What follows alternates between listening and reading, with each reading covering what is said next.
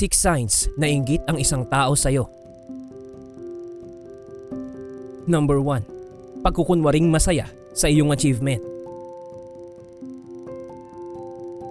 Normal na sa isang inggit na tao ang ugaling plastic kung tawagin. Ito ay kapag nagkukunwari silang masaya sa iyong achievement. Pupurihin ka pa nito at ipapakitang tuwang-tuwa sa iyong narating.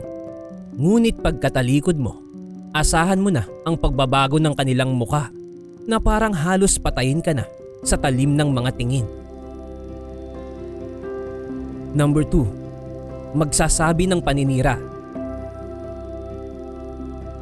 Marami na ang nasirang relasyon sa paninira ng isang inggit na tao. Ito ay kapag nagpakalat sila ng isang kwento na ikaw ang lumilitaw na masama. Minsan naman ay nagpapakalat sila ng maling impormasyon tungkol sa'yo para lang maipakitang ikaw ay masamang tao at sila ang mabuti. Number 3. Sinisisi ka sa lahat.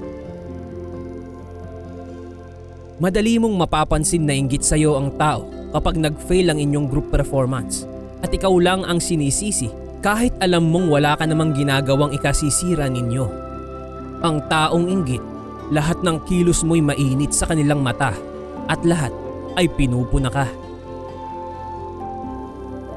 Number 4. Ipaparamdam sa'yo na hindi ka bilong. Ang taong may inggit ay ipaparanas sa'yo na hindi ka kailangan o kabilang sa isang samahan. Maglalaan sila ng effort para madown ka at tuluyang malayo sa kaligayahan.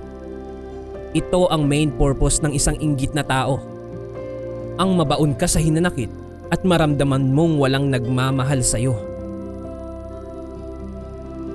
Number 5. Minamaliit ang iyong kakayahan.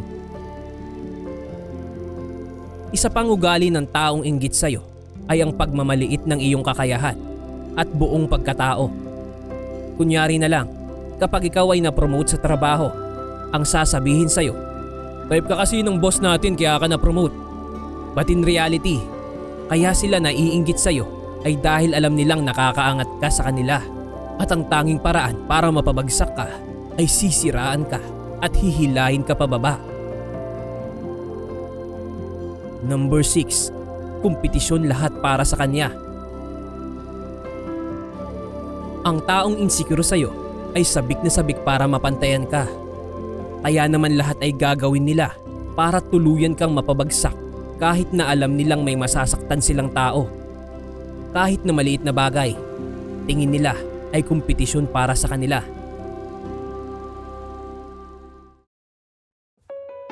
Sa buhay natin, hindi mawawala ang mga taong inggit sa paligid.